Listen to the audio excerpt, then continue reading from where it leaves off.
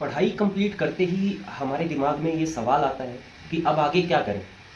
बहुत ही कम लोग ऐसे प्री प्लान्ड होते हैं जिनके माइंड में जो है पहले से ही ये ख्याल होता है कि मुझे ये चीज़ करनी है। वो गोल ओरिएंटेड लोग होते हैं जिनके गोल्स ऑलरेडी डिसाइडेड होते हैं, but most of the people ऐसा उनके माइंड में कुछ डिसाइडेड नहीं होता है कि आगे अब क्या करना है।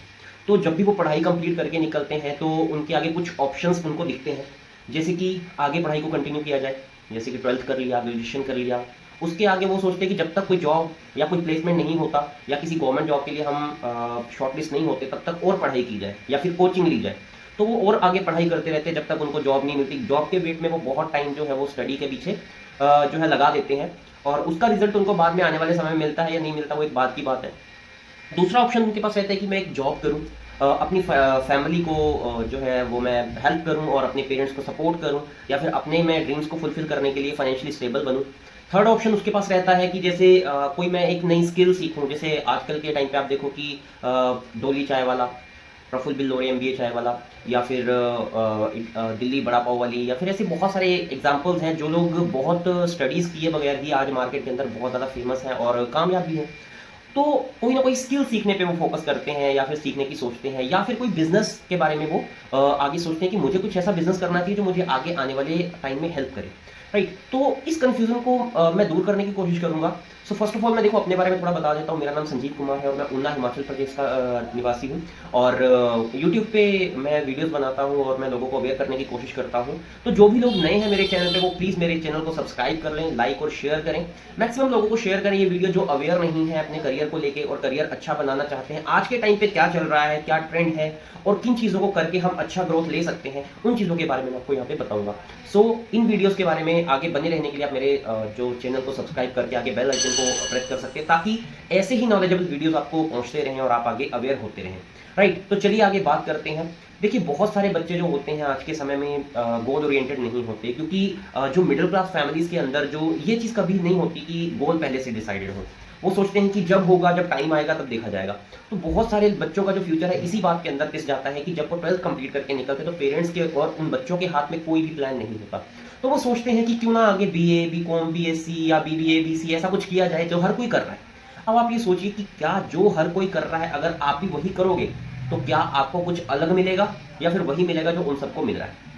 राइट, तो जो करते आए हैं अगर वही करेंगे तो वही मिलेगा जो सबको मिलता आ रहा है। तो हमें कुछ अलग सोचने की जरूरत है, या फिर अगर हम वही कर रहे हैं तो उसके साथ साथ में कुछ अलग करने की जरूरत है। आज का टाइम जैसे मैंने बोला स्किल्स का है।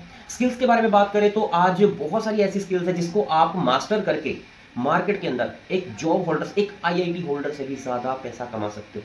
राइट, सही सुन रहे हो आप। जो बहुत बड़े बड़े आईआईटी इंस्टीट्यूट्स है देश के अंदर, उनके अंदर जो पढ़े लिखे लोग हैं उनमें से भी 38% लोग आज अनएम्प्लॉयड हैं या फिर अंडर एम्प्लॉयड है। यानी कि जितना वो कमाने की कैपेसिटी रखते हैं उससे भी वो कम कमा रहे हैं या फिर बिल्कुल भी नहीं कमा रहे हैं। तो इसका रीजन क्या है कि या तो उनकी स्टडी में कोई प्रॉब्लम है, उन्होंने अच्छे से स्टडी नहीं किया। अब आप सोच के देखिए, जो बच्चा आईआईटी के लिए सिलेक्ट हो रहा है क्या वो अच्छे से स्टडी नहीं करता? क्या उसके अच्छे मार्क्स नहीं आए होंगे? सब होने के बावजूद भी ऐसी क्या पॉलिसीज हैं, ऐसी क्या सर्कमस्टांसेस रही होंगी जिसकी वजह से वो आज अनएम्प्लॉयड है। तो अगर एक आईआईटी होल्डर बच्चा भी अनएम्प्लॉयड रह सकता है तो BBA, BCA, MCom, BCom, BA, MA करने वालों के क्या हालचाल आगे रहने वाले हैं या क्या हो रहे हैं, मार्केट के अंदर क्या चल रहा है, वो हमें देखना पड़ेगा। तो सबसे पहले आप ये डिसाइड कीजिए कि आपको आगे सिर्फ स्टडी ही कंटिन्यू करना है या फिर स्टडी के साथ साथ कोई ऐसी स्किल सीखनी है जो आपको आने वाले समय में अगर स्टडी से कुछ नहीं भी हो पाया, जॉब नहीं भी मिल पाई, तो भी आप जो है पैसा कमा सकें। अब कौन कौन सी ऐसी स्किल्स रहती हैं जिसको आप मास्टर कर सकते हो? देखो, सबसे पहली बात तो आपको ये माइंडसेट जो है डेवलप करना पड़ेगा कि आपको कुछ फ्री में मिलेगा। राइट, फ्री में कुछ नहीं मिलेगा आपको। मार्केट के अंदर everything is payable, right, everything is paid and you have to pay money for each and everything. माँ बाप के प्यार के बिना कुछ भी चीज़ फ्री मार्केट में नहीं मिलती है। इवन आप एक पानी की बोतल खरीदते हो तो वो 20 रुपए की मिलती है। आप एक पॉपकॉर्न का पैकेट खरीदते हो, कुरकुरे चिप्स का पैकेट खरीदते हो, वो भी मिनिमम 10 रुपीज़ का मिलता है। Then how can you suppose that आप स्किल्स को फ्री में डेवलप कर लोगे? राइट, वो एक अलग मैटर है। बट हाँ, फर्स्ट ऑफ ऑल आपको ये सिलेक्ट करना पड़ेगा कि आपको करना क्या है। स्टडी कीजिए, कोई दिक्कत नहीं है, पर एक BA, BCom, BSc, BBA, MBA, MA करने वालों की जो ऑलरेडी आपसे पहले कर चुके हैं, क्योंकि यू नो वेरी वेल कि हर साल 1 करोड़ से ज़्यादा बच्चे अपनी स्टडीज़ कंप्लीट करके निकलते हैं। पर आप ये बताओ कि क्या 1 करोड़ बच्चों को नौकरी मिल पाना या फिर किसी भी गवर्नमेंट या प्राइवेट सेक्टर के लिए 1 करोड़ बच्चों को जॉब दे पाना पॉसिबल है पॉसिबल? आप कमेंट कर सकते हो, आप मुझे कमेंट में रिप्लाई कर सकते हो। बट मान के चलो कि 10 से 20 लाख लोगों को गवर्नमेंट और प्राइवेट सेक्टर मिलकर नौकरी दे देता है, बाकी 80% लोग कहां जाते हैं? 80% लोग कहां जाते हैं? वो हर साल बेरोजगार हो रहे हैं। मतलब आप रोजगार की लाइन में देखो कितने लोगों को रोजगार मिला, और बेरोजगारी की लाइन में देखो कितने लोग ऐड हो रहे हैं।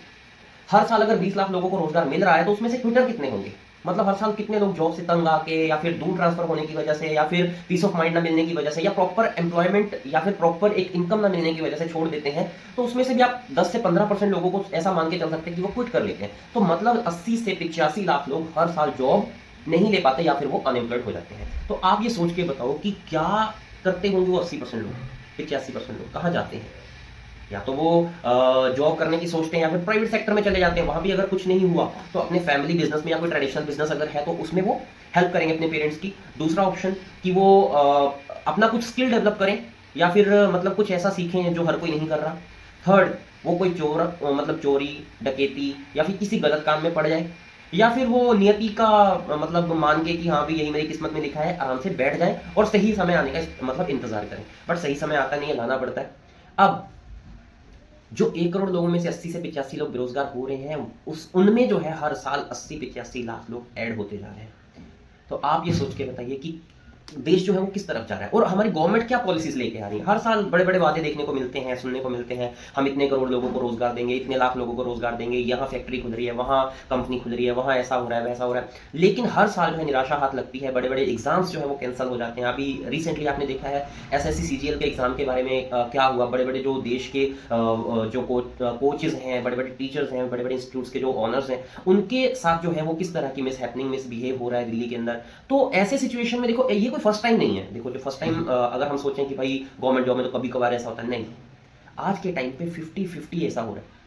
ठीक है, हिमाचल प्रदेश में कांस्टेबल की भर्ती में जो है 2022-23 के अंदर ऐसा हुआ था, यूपी के अंदर ऐसा हुआ, मतलब कांस्टेबल की भर्ती में, MP के अंदर पटवारी के टेस्ट में ऐसा हुआ, SSC के टेस्ट में लगातार ऐसा हो रहा है। SSC के देखो थर्ड पार्टी को जो न्यू कंपनी को उन्होंने एक ऑर्गेनाइजिंग कंपनी को जो है ये कॉन्ट्रैक्ट दिया था कि आप SSC का पेपर जो है कंडक्ट करोगे, लेकिन बहुत सारी खामियां उसमें देखने को मिली। अब देखो कि ऐसे में होता क्या है, किसी का भी लॉस नहीं है, गवर्नमेंट का कोई लॉस नहीं है और वो जवाबदेही भी नहीं देते इजिली। लॉस किसका हो रहा है? स्टूडेंट्स का, स्टूडेंट्स के पेरेंट्स का, स्टूडेंट्स के टाइम का, स्टूडेंट्स के जो मेहनत उन्होंने बहुत दिन रात लगा के की है उसका, राइट। उनकी ट्रैवलिंग टाइम का, जो आप देखो उन्होंने बहुत दिन पहले जो है रेलवे के टिकट्स फिल किए थे, उन्होंने मतलब AC कोच या स्लीपर कोच के टिकट्स जो है रिजर्व किए थे, लेकिन एट द मोमेंट देखो 1 दिन पहले 2 दिन पहले उनको पता चल रहा है कि भाई आपका सेंटर चेंज हो चुका है, राइट। तो आप सोच के देखो कि उन स्टूडेंट्स के ऊपर क्या बीतती होगी, राइट। तो वो एक देखो ऐसी चीज है जिसको हम इग्नोर नहीं कर सकते। तो आपको करना क्या है कि आप स्टडीज कीजिए, बट स्टडीज के साथ साथ ऐसी कोई स्किल डेवलप कीजिए जो मार्केट में बहुत सारे लोग कर रहे हैं बट आप उसके बारे में अवेयर नहीं हो,